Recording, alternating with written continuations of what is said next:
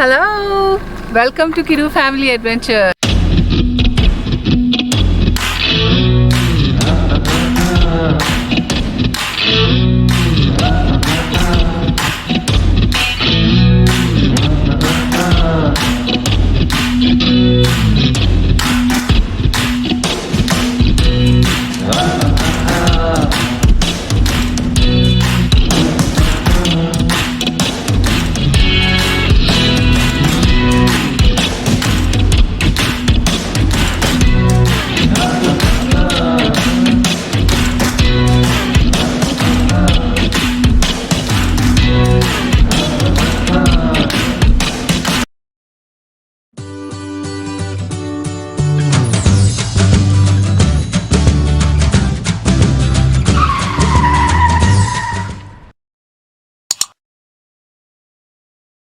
Welcome to Arches National Park. ഇത് നമ്മളിപ്പോൾ നിൽക്കുന്നത് ആർച്ചസ് നാഷണൽ പാർക്കിലാണ്. ഒരു ട്രക്കിങ്ങിനൊക്കെ പോകുന്നുണ്ട് ആ ഒരു ഡെലിക്കേറ്റ് ആർച്ച് കാണാൻ വേണ്ടി. ബാക്കി വിശേഷങ്ങളും സീനിക് പോയിന്റ്സും ഒക്കെ നമുക്ക് പതിയെ പതിയെ കാണാം. അപ്പം welcome again to Arches National Park. Monument വാലിയിലെ കിടിലം വ്യൂസൊക്കെ കണ്ട് ആ ഡ്രമാറ്റിക് വ്യൂസൊക്കെ കണ്ട് നമ്മുടെ യാത്ര ഇന്ന് ആർച്ചസ് നാഷണൽ പാർക്കിലേക്കാണ്. ആർച്ചസ് നാഷണൽ പാർക്ക് ഏകദേശം 200 മൈൽസ് ഉണ്ട് മോണുമെന്റ് വാലിയിൽ നിന്ന്. അപ്പോൾ അവിടേക്കാണ് നമ്മളിന്ന് പോകുന്നത്. ആർച്ചസ് നാഷണൽ പാർക്ക് മോബ് എന്ന് പറഞ്ഞൊരു ടൗണിലാണ്. അവിടെയാണ് നമ്മൾ കാനിയൻ ലാൻഡ് നാഷണൽ പാർക്ക്, പിന്നെ ആർച്ചസ് നാഷണൽ പാർക്ക്, അങ്ങനെ എല്ലാ സ്ഥലത്തിനും ഒരു ഗെറ്റ് ആണ് ഈ മോബ് എന്ന് പറഞ്ഞ ടൗണിലേക്ക്. അപ്പോൾ അങ്ങോട്ടേക്കാണ് നമ്മുടെ യാത്ര. അപ്പോൾ അവിടെ ഈ ട്രക്കിങ്ങിനും ഹൈക്കിങ്, 4-വീൽ ഡ്രൈവ് അഡ്വെഞ്ചേഴ്സ് ഇതിനൊക്കെ വേണ്ടി ആൾക്കാർ ഒരു തമ്പടിക്കുന്ന ഒരു സ്ഥലമാണ് മോബ്. അത്യാവശ്യം വലിയ ആ ഒരു ഏരിയയിലുള്ള ഈസ്റ്റേൺ യൂട്ടയിലുള്ള ഒരു വലിയൊരു ഏരിയ ആയിട്ടാണ് മോബ്. അത്യാവശ്യം റെസ്റ്റോറൻറ്റ്സും ഒക്കെയുള്ള നല്ലൊരു സ്ഥലമായിട്ടാണ് മോബ് കാണുന്നത്. അപ്പോൾ നമുക്ക് ഈ ആർച്ചസ് നാഷണൽ പാർക്ക് അല്ലെങ്കിൽ കാനിയൻ ലാൻഡ് നാഷണൽ പാർക്കിലേക്കൊക്കെ പോകുമ്പോൾ അവിടെയാണ് ആൾക്കാർ പൊതുവേ താമസിക്കുക. അവിടെ ഒരുപാട് റെസ്റ്റോറൻറ്റ്സും ഹോട്ടൽസും താമസ സ്ഥലവും സൗകര്യങ്ങളും ഒക്കെ ഉണ്ട്. പക്ഷെ ഇപ്പം നമ്മൾ പോകുന്നത് അങ്ങോട്ടുള്ള വഴിയിലാണ്. ഒരു 2-2.5 മണിക്കൂർ ഡ്രൈവ് ഉണ്ട്. ഒട്ടും ബോറടിക്കില്ല കേട്ടോ ഡ്രൈവ്. കാരണം നമുക്കിങ്ങനെ ഇതേപോലത്തെ കുറേ റോക്ക് ഫോർമേഷൻസും മെസാസും വ്യൂസും ഒക്കെ നമുക്ക് ഓൺ ദ വേ കാണാൻ പറ്റും.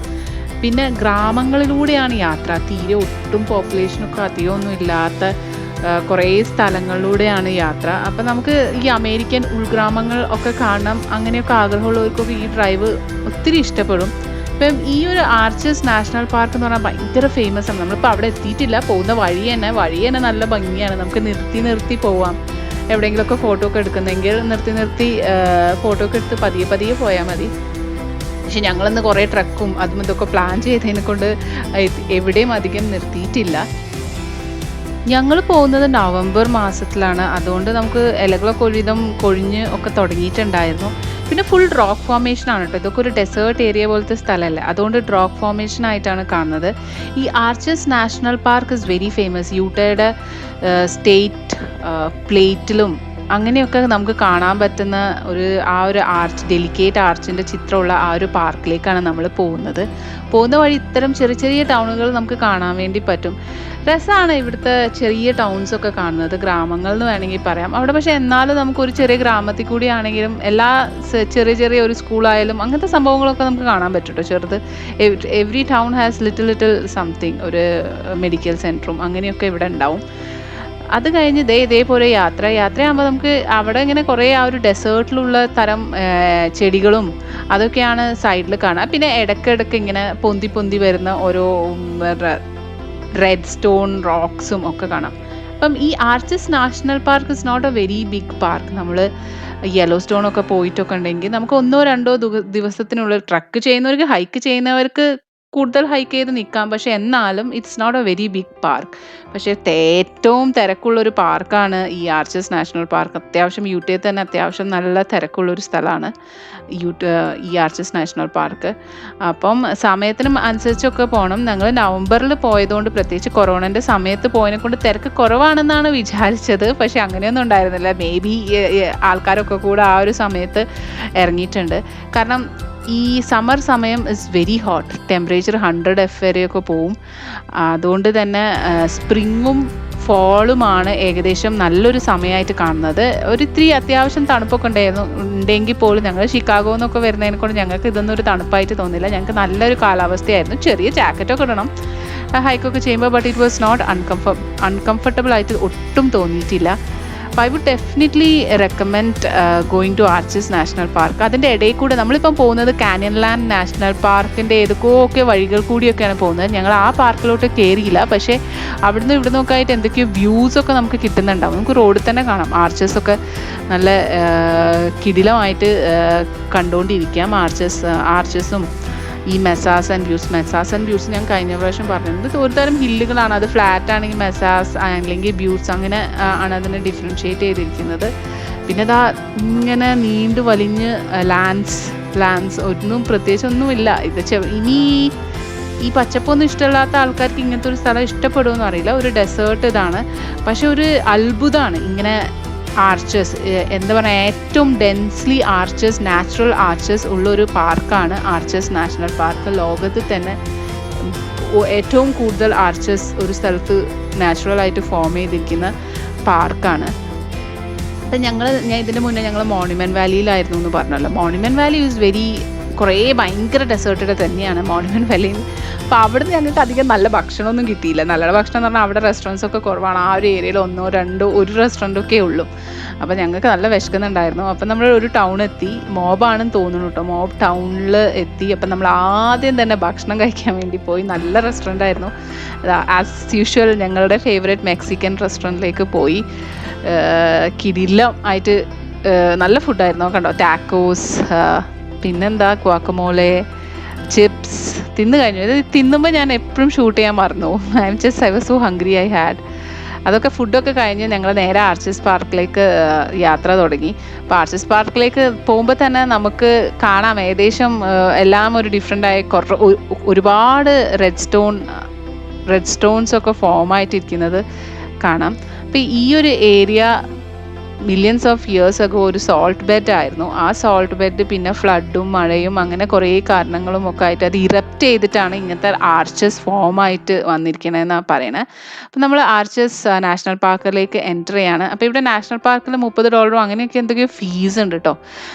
നമ്മൾ പിന്നെ 1 ഇയറിൻ്റെ നാഷണൽ പാർക്ക് ആ ഒരു കാർഡ് എടുത്തതുകൊണ്ട് പിന്നെ നമ്മൾ അതൊന്നും അറിയണേ ഇല്ല. Otherwise going to this 5 parks separate എടുക്കുകയാണെങ്കിൽ അത്യാവശ്യം $30-35 ഒരു പാർക്ക് കയറാൻ വേണ്ടി.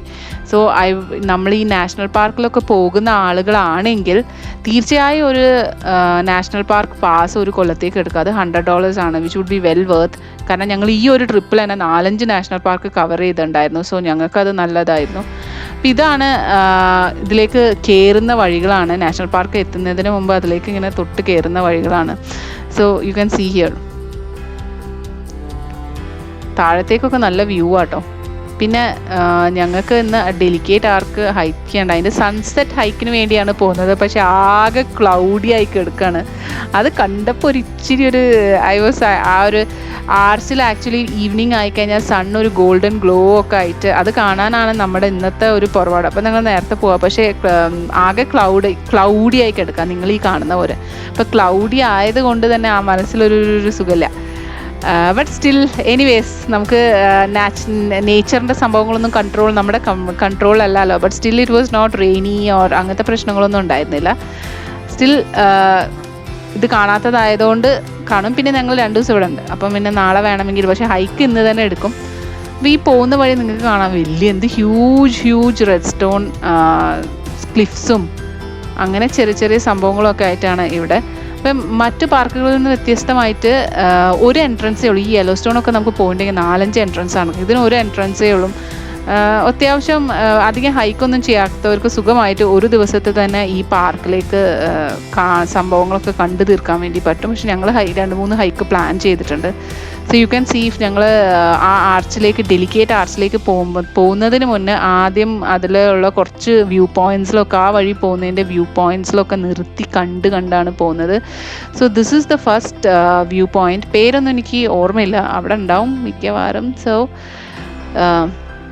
again this huge natural red stone formations you can see everywhere. What is the name is there? എന്താണ് name? Landmark of the landscape, അതാണ് അതിൻ്റെ പേര്. ഭാഗ്യം അതെടുത്തത്, അല്ലെങ്കിൽ അതറിയില്ല. കാരണം ഒരുപാട് പേരുകളുണ്ട്. അതിൽ ഏറ്റവും ഫേമസ് ആയ ഡെലിക്കേറ്റ് ആർച്ചിൻ്റെ പേര് മാത്രമേ ഉള്ളൂ ഓർമ്മ.